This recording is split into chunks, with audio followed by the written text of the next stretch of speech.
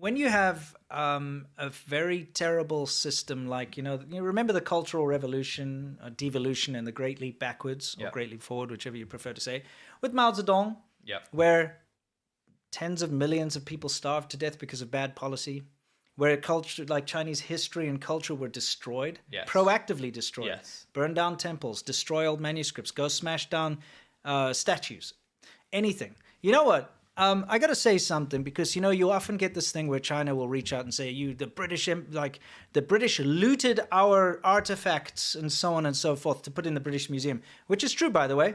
England went around and looted the shit out of all these countries. Terrible. Smashing, grabbing statues and stuff to go put in. You know what? You should be grateful to the British Museum for doing that in China specifically, because if they hadn't, all of those things would have been destroyed by Mao Zedong and they would not exist in the world anymore. Yeah.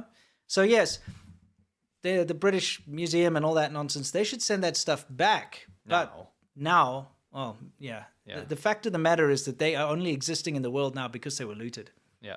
Anyway, just getting that off my chest because it's annoying.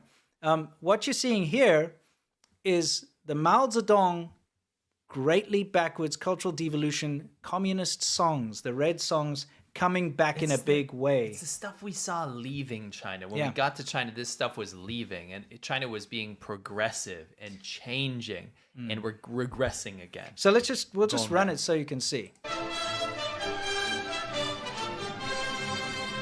That teacher looks like Mao Zedong.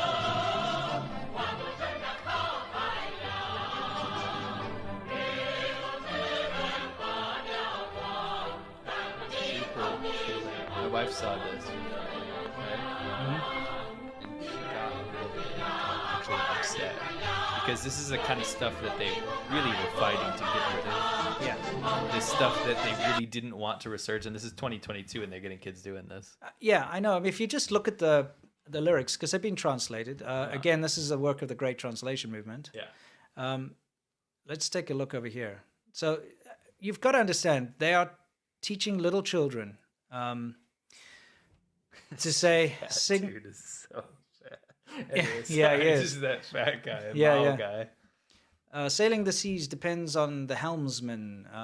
Okay, well, I just actually want to read these. Sure, yeah, we can read these lyrics. Okay, yeah. Sailing the seas depends on the helmsman. Of course, they're talking about Mao Zedong. Which now they're referring to Xi Jinping. Yeah, the growth of all living beings depends on the sun. Rain and dew nourish young seedlings. Of course, it's all metaphors. It's talking about the young people and stuff. Conducting revolution depends on Mao Zedong thought. Okay. It's a great thing for a little kid to learn. What's going on? One thing I do want to know is, they always do this elbow thing. Yeah. What's that all about? It's just a communist pose. They always back in the revolutionary pose. What? It's a stupid pose. Because they always had their book in their hand when they did that. Remember that? You think that's what it is? Book? Yeah. It's like, are they trying to do elbow charging pumps? Forward. Where they're predicting COVID, where people couldn't shake hands, and they had to. Well, the actual words behind it were in a lot of songs were like charge forward, right? So, right. Yeah. Probably that. Okay, so it depends on Mao Zedong thought. And then. That Laoban is fabulous, by the way. He is. Fish cannot leave the water. Melons cannot leave the vine. The revolutionary masses. The revolutionary masses cannot do without the CCP.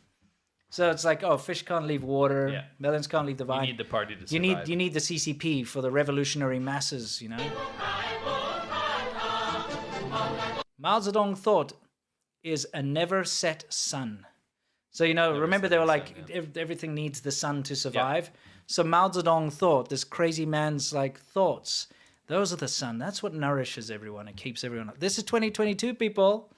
Current year argument. But current year argument works here. Yeah, it does. It's not a fallacy here. This is bad because this stuff left. This stuff was considered cringe. This stuff was considered evil. Yeah. It was kind of like, this was our past, but we don't really want to talk about it. Yeah, That's yeah. when we were there. Mistakes were made. Mistakes were made. Let's just not talk about it anymore. Bring it back to the forefront, making it part of curriculum, and also changing out Mao Zedong with Xi Jinping for a new cult of personality. We're now living in very similar, almost worse than the Soviet Union, worse than entering North Korea level of dictator worship. Yes. And then also bringing in xenophobia and Han chauvinism and nationalism to bring some elements of Hitler's Germany into it as well. Correct. Great combo, guys. Fantastic.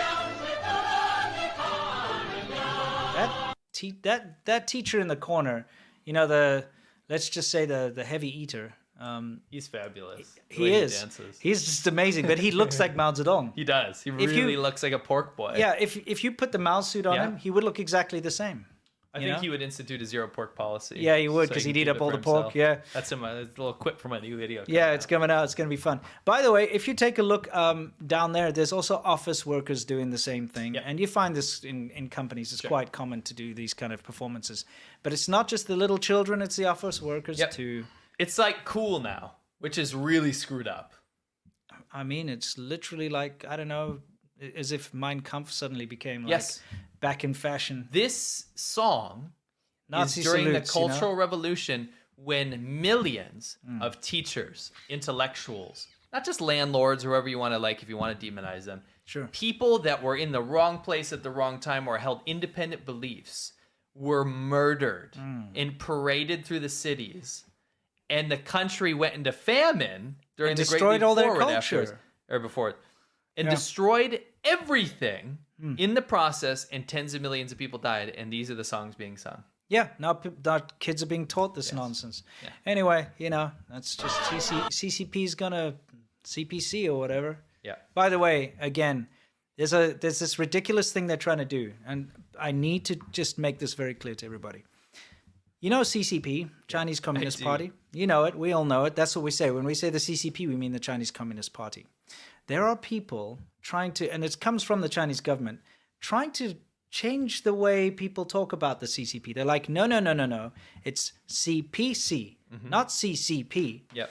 Dog whistle. Yeah. If you hear that, you know that this person's just a propagandist. Because what they're trying to do is say, oh, no, it's racist to say CCP. You have to say CPC because that's how China wants to say it. Yeah. Chinese, Communist respect. Party of China instead of Chinese Communist Party. Not that it makes any difference. No. The reason they're doing this is quite clever. It is. When you search CCP online, you will see all the articles from all the way back, right? Back to the 50s and the 40s or whatever. You're going to see articles about the CCP, the Chinese Communist Party. And they're generally negative. Yeah. Okay? Well, let's be honest. Because it's not a very positive thing. The CCP is pretty bad. But if you type CPC, what's going to come up? It's going to be the Chinese state crap that they put out. The rebrand. The rebrand. It's a rebrand. It's a rebrand. You know, it's like the new Coke or whatever. It's just a rebrand. And they're going out there and it's like, so if you search CPC, you're going to see like, oh, rejuvenate, like poverty alleviation or, you know, like new renewable energy, all that kind of crap, right? That's what's happening there, okay? Is they want to try and wipe the slate clean. Yes. And they're trying to force people to not refer, even though they refer to themselves as the CCP. You look at any old articles coming out of China, they call themselves the CCP. It's not some foreigners coming along and doing this. That's their own thing. It's a trick. It's smoke and mirrors. Yep. So when someone's trying to insist to you that it's not the CCP, it's the CPC, that means that they've been brainwashed. It's CCP2 Electric Boogaloo, Yes. which is a huge diversion technique. It is. It's ridiculous. Yeah. And you think, what's in a name? I'll tell you what's in a name. Search results. Yep. It's all that matters. Yeah. Because you change your name. I mean, if you search a serial killer's name, just changes the spelling of his surname, and you're not going to see it'll be someone else, right? Exactly. You know? So it's curated examples. We've gone into depth many times about this. So I think we're the first people to bring this up, and it actually came up. Yeah. And I don't want to hark back to the old days, but when I was doing deep dives on TikTok, there were people, like white girls, right, going out there saying it's racist to say it's the CCP. You should say it's the CPC. Why not just use a correct name? It doesn't hurt you to do that. And I'm like, wait a minute. And you dig deeper. And it's a correspondent for CGTN. It's a stringer for Xinhua. Yeah. You find out it's all tied to the Chinese government. It's a huge disinformation campaign to get people scared to say CCP, so that from now on in their mind, if they ever search CPC, it's curated images, curated news articles, and curated information about the government from itself. Yeah, and Brilliant the propaganda. campaign. It's a great idea, and if you fall for it, that's too bad. Yeah. Don't fall for it, guys.